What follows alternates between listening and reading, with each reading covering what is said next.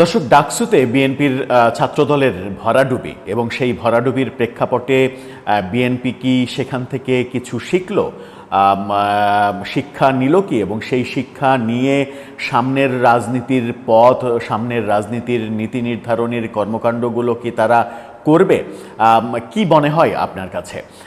BNP যে সকল ভুল করেছে, যে সকল ভুলের কারণে ডাকসুতে ভরাডুবি হয়েছে এবং শেষ পর্যন্ত তারা নির্বাচনের ফলাফল মেনেও নিয়েছে, ভরাডুবি মানে ব্যাপক ভরাডুবি, 28টা পদের 23টাতেই শিবির জিতেছে, এটা বাংলাদেশের ইতিহাসে কেউ কল্পনা করেনি। সেই অকল্পনীয় ব্যাপারটাই ঘটেছে। সেই অকল্পনীয় ব্যাপারটা যখন ঘটেছে, তখন কি বিএনপি সঠিক রাজনীতির পথে ধাবিত হচ্ছে, নাকি বিএনপি এখনও মনে করছে যে দেশের জনগণ না, তার চাইতে বেশি গুরুত্বপূর্ণ আন্তর্জাতিক গোষ্ঠী, কূটনীতিবিদরা, তারা তাদের কাছে অনেক বেশি গুরুত্বপূর্ণ এবং তাদের সেবা করার মাধ্যমেই আগামী নির্বাচনে একটা পথ সুগম হবে বিএনপির জন্য, যে পথে কোনো বাধা কাজ করবে না? আমার মনে হয় যে বিএনপি এখনও ভুল পথে রাজনীতি করছে।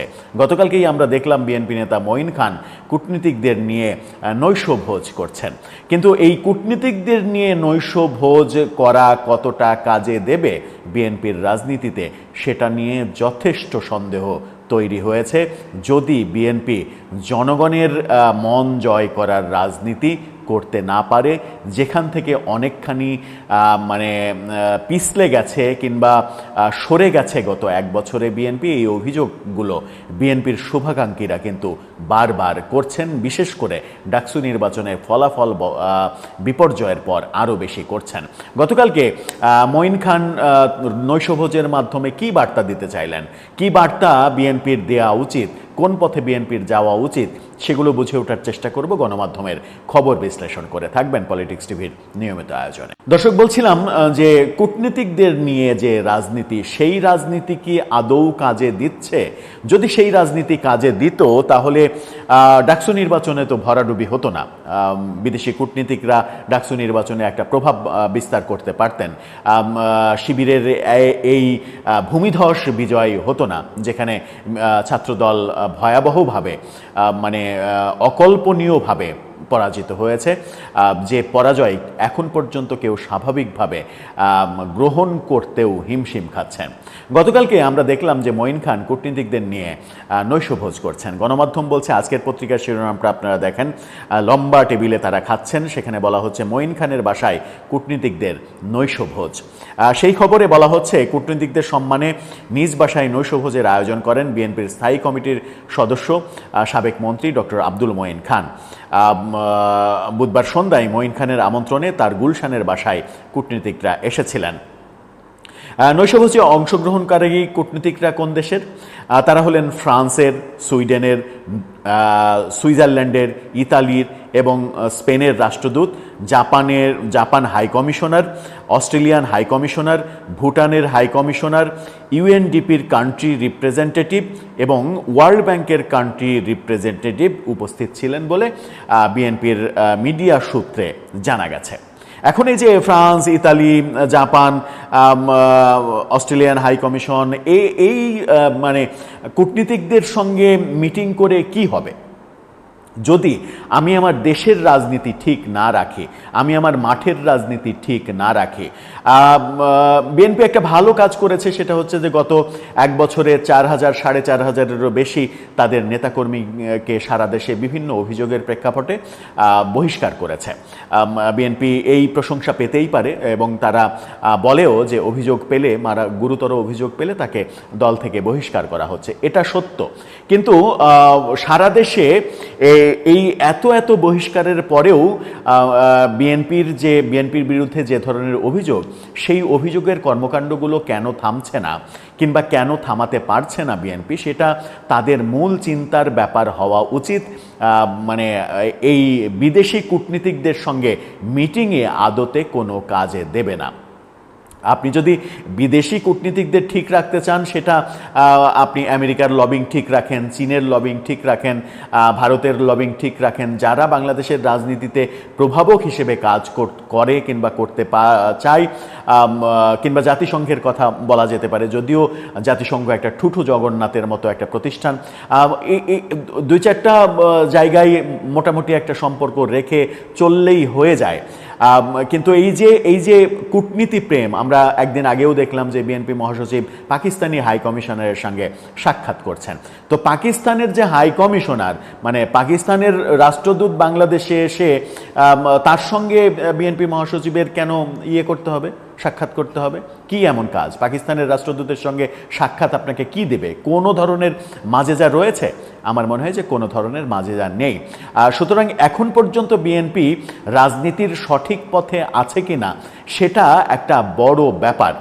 সারা দেশে এত অভিযোগ হচ্ছে, বিশেষ করে গত বছরে 5 আগস্টে শেখ হাসিনা সরকার পতনের পরে সারা দেশে যে ধরনের নৈরাজ্য হয়েছে, মবের ঘটনা হয়েছে, মামলাবাজির ঘটনা ঘটেছে, চাঁদাবাজির ঘটনা ঘটেছে, সেইগুলোতে যাদের নাম এসেছে সেই মানে সংখ্যাগরিষ্ঠতার বিচারে যদি দেখা যায়, তাহলে বিএনপির নামই সবথেকে বেশি, বিএনপির নামেই সবথেকে বেশি অভিযোগ শোনা গেছে।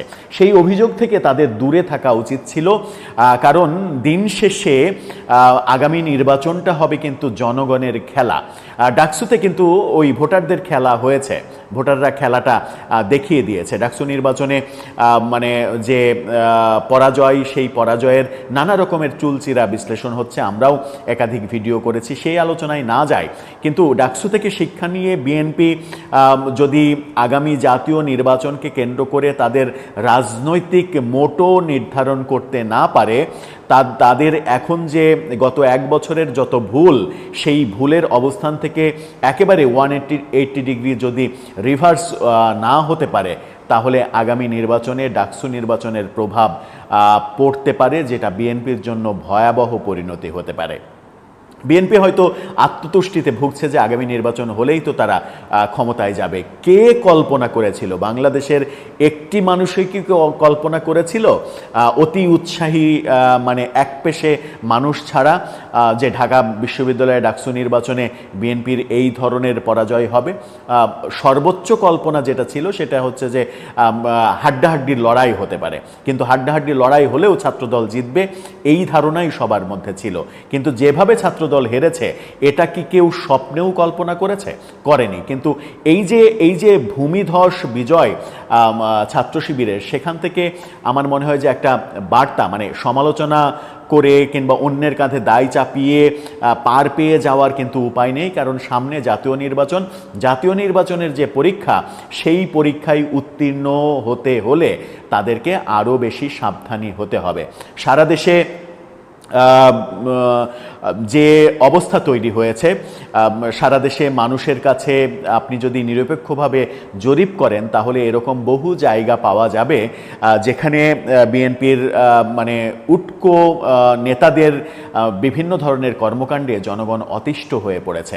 ক্ষমতায় যাওয়ার আগেই যদি এই ধরনের কর্মকাণ্ড হয়, তাহলে জনগণের ভোট নিয়ে ক্ষমতায় যাওয়াটা তাদের জন্য চ্যালেঞ্জ হতে পারে, এবং সেই সুযোগে যদি মানে সাম্প্রদায়িক শক্তির উত্থান হয়ে যায়, সেই সুযোগে যদি মুক্তিযুদ্ধের বিরোধিতাকারীরা রাষ্ট্র ক্ষমতায় চলে আসে, সেই মানে দায় কিন্তু বিএনপিরও কাঁধে চাপবে।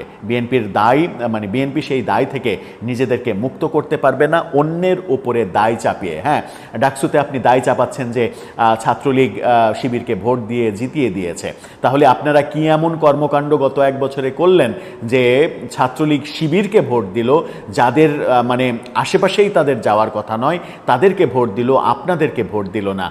এর কারণ অনুসন্ধান করলে আপনারা বোধহয় সঠিক রাস্তাটা পেয়ে যাবেন। তখন এই বিদেশি কূটনীতিক নির্ভরতা, বিদেশি কূটনীতিকদের নিয়ে নৈশভোজ, বিদেশি কূটনীতিকের সঙ্গে এই মিটিং ওই মিটিং, এগুলো আসলে করে বাংলাদেশের রাজনীতিতে খুব একটা কাজ হবে না, কারণ বাংলাদেশের রাজনীতি এখন আগামীতে যে নির্বাচন হবে সেই নির্বাচন আমরা প্রত্যাশা করি অবাধ এবং সুষ্ঠু নির্বাচন হবে। জনগণ যেখানে তার মতামত প্রকাশ করতে পারবে, আর জনগণ মতামত যেখানে প্রকাশ করতে পারবে সেখানে বিএনপিকে মনে রাখতে হবে যে যারা ভোট করতে পারছে না আগামী নির্বাচনে, মানে আওয়ামী লীগের কথা বলছি, আওয়ামী লীগ ভোট করতে পারছে না, এখন পর্যন্ত সেরকম তথ্যই তো আমাদের কাছে যে আওয়ামী লীগ ভোট করতে পারবে না।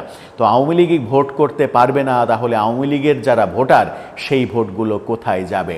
সেই ভোটগুলো যেন তাদের বিপক্ষে না যায়, তার জন্য যে রাজনীতি করতে হবে সেই ভোটের রাজনীতিটাই এখন বিএনপির করা উচিত, নতুবা সাড়ে সর্বনাশ হয়ে যাবে আগামী জাতীয় নির্বাচনে, যেটা বিএনপি কল্পনাও করতে পারে না। এবং এই মুহূর্তে আমার মনে হয় যে বাংলাদেশের জনগণ, সচেতন জনগণ এটা অন্তত চান না যে আগামী নির্বাচনে বিএনপির এই ধরনের মানে পতন হোক, কিংবা এই ধরনের খবর আসুক যে বিএনপি রাষ্ট্র ক্ষমতায় চলতে যেতে পারল না, প্রতিক্রিয়াশীলরা রাষ্ট্র ক্ষমতায় অধিষ্ঠিত হয়ে গেল। সেরকম দৃশ্য যদি দেখতে হয়, সেটা বিএনপির রাজনৈতিক ভুলের কারণেই দেখতে হবে, যেখান থেকে তাদের বোধহয় আরও বেশি শতভাগ সাবধানী হওয়া উচিত। দর্শক, আপনার কি মনে হয়, বিএনপি কি তার ভুলগুলো বুঝতে পারবে এবং ভুল থেকে শিক্ষা নিয়ে সঠিক পথে রাজনীতি পরিচালিত করবে আগামী 5-6 মাস যে সময়টা রয়েছে? সেই সময়ে আপনার মতামত জানিয়ে লিখতে পারেন আমাদের কমেন্ট বক্সে।